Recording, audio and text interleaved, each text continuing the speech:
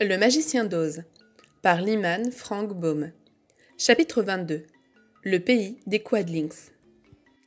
Parvenus sans encombre à l'autre bout de la forêt, les voyageurs émergèrent de ces ténèbres pour se retrouver au pied d'une colline aux pans escarpés et rocheux. « L'escalade va être rude, dit l'épouvantail, mais tant pis, il faut franchir cette colline. » Il montra donc le chemin, et les autres suivirent. À peine avait-il atteint le premier rocher qu'une voix rauque leur cria « Arrière !»« Qui êtes-vous » demanda l'épouvantail. Une tête surgit derrière les rocs, et la même voix dit « Cette colline nous appartient, personne n'a le droit de passer. »« Mais nous devons passer » insista l'épouvantail. « Nous voulons aller au pays des Quadlings. »« Eh bien, vous n'irez pas, » répliqua la voix. Et de derrière le rocher, un homme sortit, tel que nos voyageurs n'en avaient encore jamais vu. Court et trapu, son corps était surmonté d'une tête énorme, au crâne aplati, et soutenu par une forte encolure toute fripée. Mais ce corps était privé de bras, et l'épouvantail en conclut qu'une créature aussi désarmée ne saurait les empêcher d'avancer. Il lança donc « Navré de vous contrarier, mais nous devons franchir votre colline, que cela vous plaise ou non. » Et il avança hardiment. Plus prompte que l'éclair, la tête de l'homme partit comme un trait, son cou s'étirant jusqu'à ce que son crâne plat vint frapper l'épouvantail en plein corps, et l'envoya rouler au pied de la colline. Aussi vite qu'elle était venue, la tête retourna à sa place et ricana.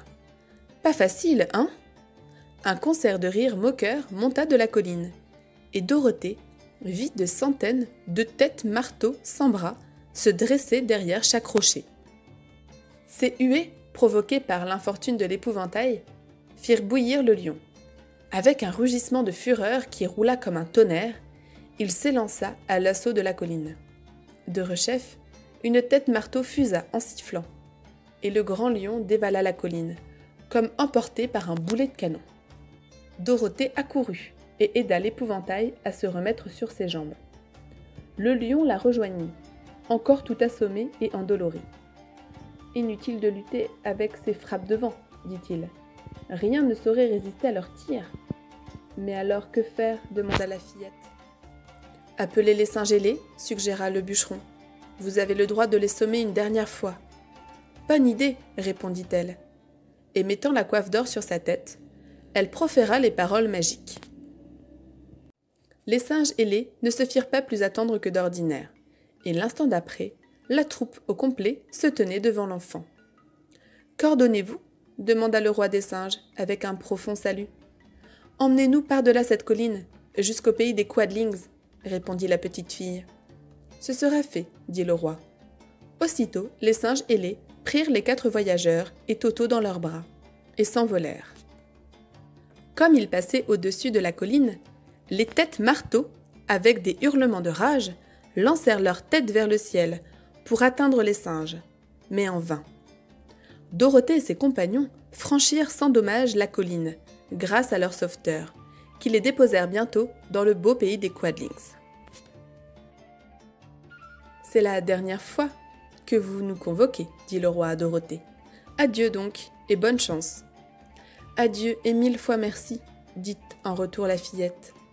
Les singes ailés prirent leur essor et disparurent en un clin d'œil. Le pays des Quadlings semblait prospère et heureux. Les champs de blé mûr succédaient aux champs de blé mûr.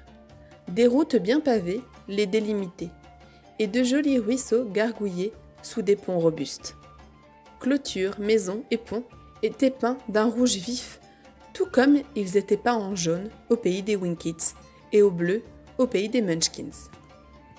Quant aux Quadlings, petits gros à l'air joufflu et bon enfant, ils étaient également tous de rouge vêtus, ce qui formait un brillant contraste avec le vert de l'herbe et l'or des épis. Comme les singes les avaient déposés non loin d'une ferme, les 4 voyageurs s'approchèrent et frappèrent à la porte.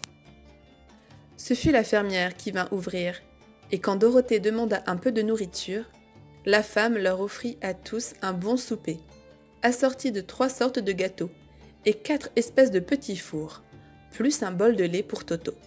« Sommes-nous encore loin du château de Glinda ?» se renseigna l'enfant. « Plus guère, » répondit la fermière. « Prenez la route du sud, et vous y serez vite arrivés. » Ils se remirent en route, après avoir remercié la brave femme. Puis ils marchèrent dans les champs, franchirent de jolis ponts, et virent bientôt se dresser devant eux un magnifique château.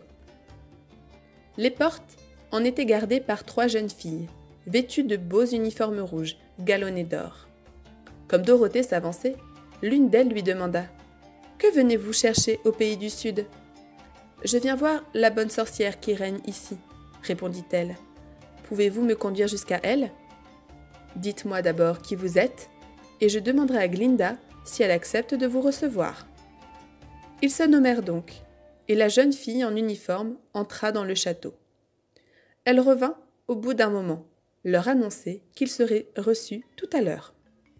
Le magicien d'Oz, par Lyman Frank Baum. Chapitre 23. Glinda exauce le vœu de Dorothée.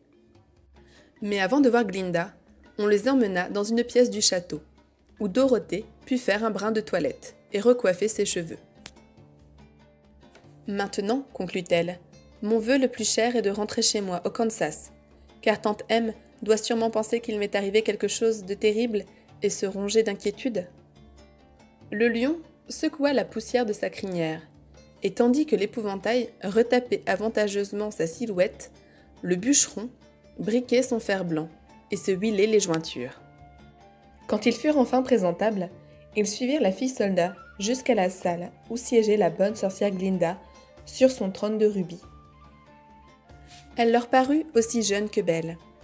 Ses cheveux d'un roux splendide ruisselaient en boucles sur ses épaules. Sa robe était d'un blanc immaculé, mais ses yeux étaient bleus et se posèrent avec bienveillance sur la petite fille. « Que puis-je pour vous, mon enfant ?»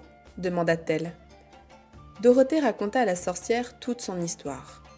Comment elle avait été emportée au pays d'Oz, comment elle avait rencontré ses amis, car une merveilleuse aventure leur était survenue. « Maintenant, conclut-elle, mon vœu le plus cher est de rentrer chez moi au Kansas, car tante M doit sûrement penser qu'il m'est arrivé quelque chose de terrible et se ronger d'inquiétude.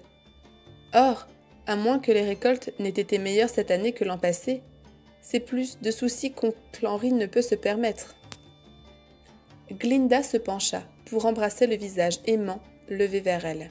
« Réjouissez-vous, ma chère petite, » dit-elle, « car je connais le moyen de vous faire retourner au Kansas. Mais, ajouta-t-elle, vous devez me céder la coiffe d'or. » « Volontiers, » s'exclama Dorothée. « Elle ne me sert plus à rien à présent, tandis qu'en votre possession, elle vous permettra d'appeler 3 fois les singes ailés. »« Et je pense justement recourir 3 fois à leur service, » répondit Glinda en souriant. Dorothée lui donna la coiffe d'or, et la sorcière demanda l'épouvantail. « Qu'allez-vous faire quand Dorothée nous aura quittés ?»« Je me retournerai à la cité d'Émeraude, » répondit-il, « car Oz m'en a confié la charge, et le peuple m'apprécie beaucoup. Une seule chose me tracasse, comment franchir à nouveau la colline des têtes-marteaux. Grâce à la coiffe d'or, j'ordonnerai aux singes ailés de vous porter jusqu'à l'entrée de la cité d'Émeraude, dit Glinda. Ce serait vraiment impardonnable de priver ce peuple d'un chef aussi étonnant. Suis-je vraiment étonnant ? Demanda l'épouvantail. Vous sortez de l'ordinaire, assura Glinda. Puis, se tournant vers le bûcheron en fer blanc, elle demanda. Et vous, qu'adviendra-t-il de vous quand Dorothée aura quitté le pays ? Il s'appuya sur sa hache pour méditer un instant et répondit. Les Winkits ont été très gentils envers moi. Ils auraient désiré que je les gouverne quand la méchante sorcière est morte. J'aime beaucoup les Winkits, et si je pouvais retourner au pays de l'Ouest, rien ne me plairait davantage que de régner sur eux à tout jamais. J'ordonnerai donc aux singes ailés de vous porter sains et saufs au pays des Winkits. Ce sera mon 2e commandement, dit Glinda. Votre cervelle semble plus étroite à première vue que celle de l'épouvantail. Mais à dire vrai, une fois bien poli, vous êtes plus brillant que lui.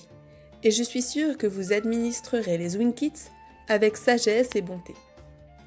Puis la sorcière se tourna vers le gros lion et demanda « Quand Dorothée sera repartie chez elle, qu'allez-vous devenir ?»« De l'autre côté de la colline des têtes marteaux, répondit-il, s'étend une vaste et vieille forêt.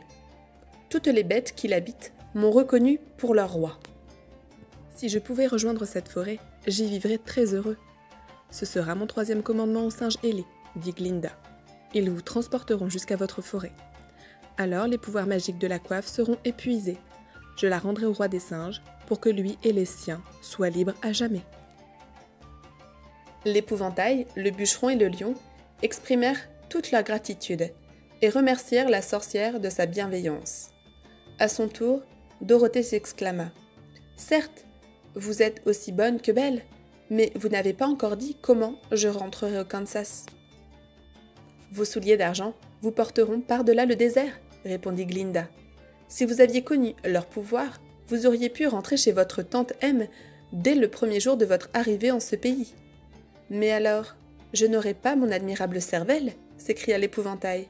« Et j'aurai vécu toute ma vie dans le champ de blé du fermier. »« Et moi, je n'aurai pas mon bon cœur, » dit le bûcheron en fer-blanc, « et j'aurai rouillé sur place jusqu'à la fin du monde dans la forêt. »« Et moi, j'aurais toujours vécu en poltron, » déclara le lion, « et aucune bête de ces bois n'aurait trouvé la moindre parole aimable à m'adresser. »« C'est bien vrai, » dit Dorothée, « et je suis heureuse d'avoir rendu service à mes bons amis.